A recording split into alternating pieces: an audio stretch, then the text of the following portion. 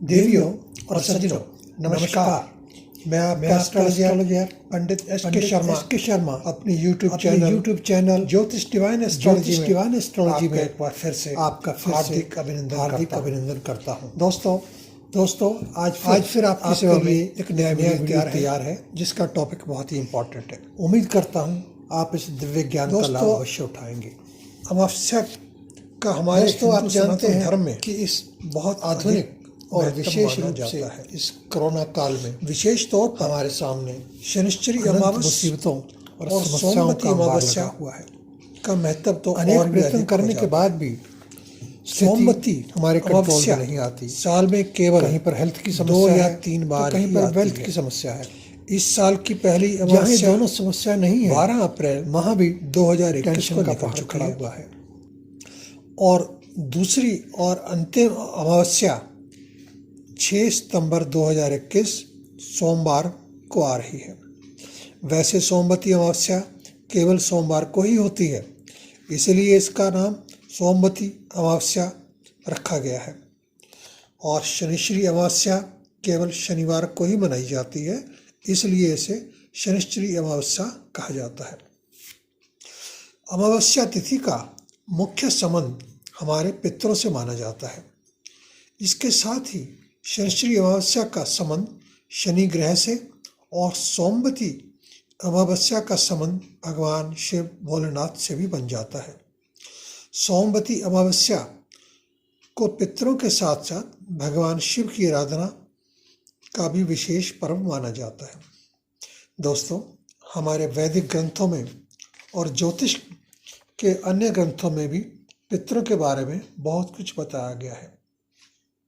बहुत संक्षेप में आपको बताना चाहता हूँ कि पितरों का डायरेक्ट संबंध हमारे आज के जीवन और परिवार से जुड़ा है, विशेष तौर से हमारी संतान से जुड़ा हुआ है।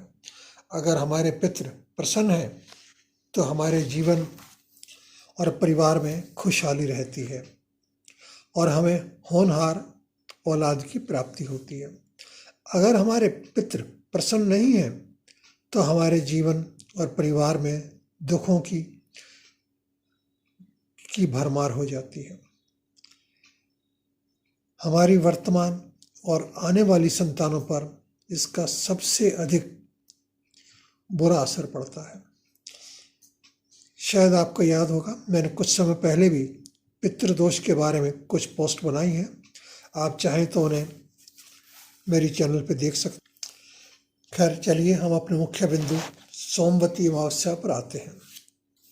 दोस्तों, वैसे तो अमावस्या का दिन बहुत ही महान माना जाता है।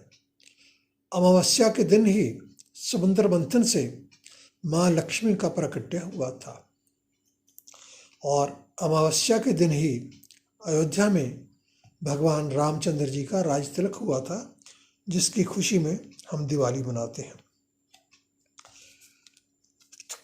और आगे बढ़ते हैं कि इस सोमवती अमावस्या को हम क्या करें, कैसे करें, क्या इसकी पूजा का विधान है।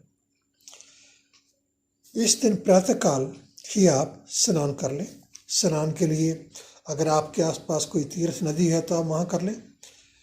अगर नहीं है तो आपको विशेष रूप से जाने की जरूरत नहीं, क्योंकि आजकल कोरोना काल में कहीं जाना ठीक नहीं माना जाता।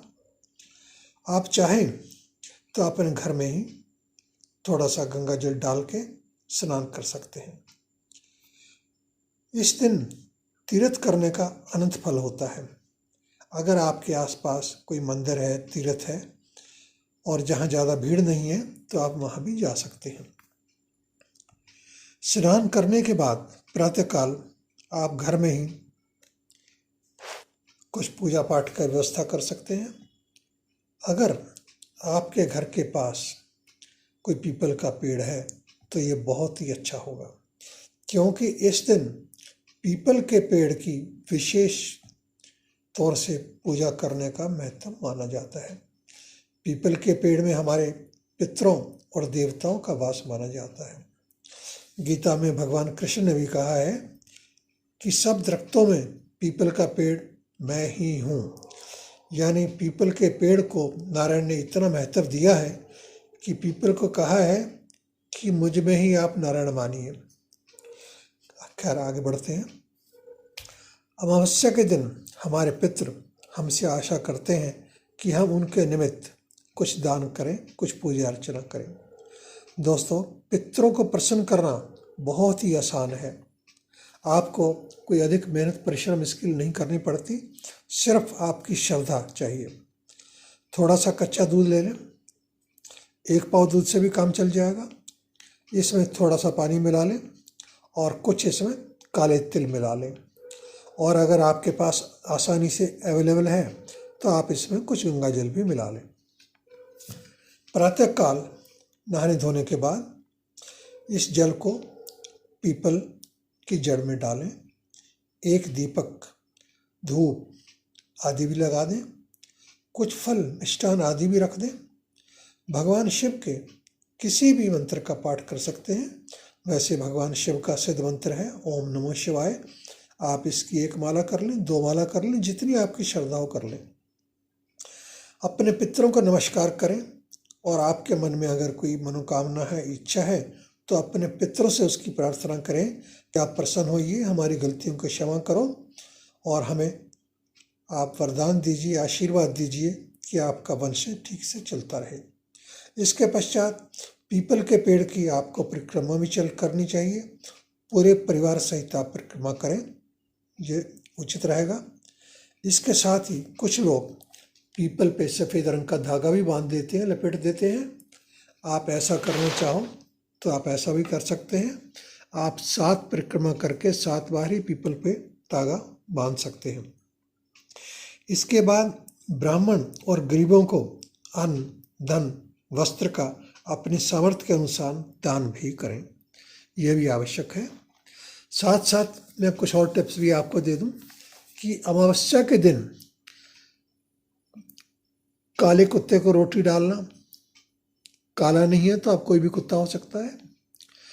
चींटियों के लिए थोड़ा आटा, काले तिल और शक्कर डालना और कोए के लिए कुछ भोजन, रोटी के टुकड़े डालना, ये भी बहुत महत्वपूर्ण बातें हैं। आपको बता दूं आपकी इन्फॉर्मेशन के लिए, कुत्ता, चींटियाँ और कौआ, इन 3 प्राणियों का हमारे पितरों से डायरेक्ट संबंध बनता है। इसका वर्णन मैं करूंगा तो पोस्ट बहुत लंबी हो जाएगी। आप सिर्फ इतना ही करें कि अमावस्या के दिन इन तीनों प्राणियों को भी, काला कुत्ता नहीं है तो कोई भी कुत्ता हो, चींटियाँ और कौआ, इनके निमित्त भी कुछ दाना, दुनका, रोटी आप अर्पण करें। आप ऐसा करेंगे तो आपको पितरों का आशीर्वाद अवश्य मिलेगा।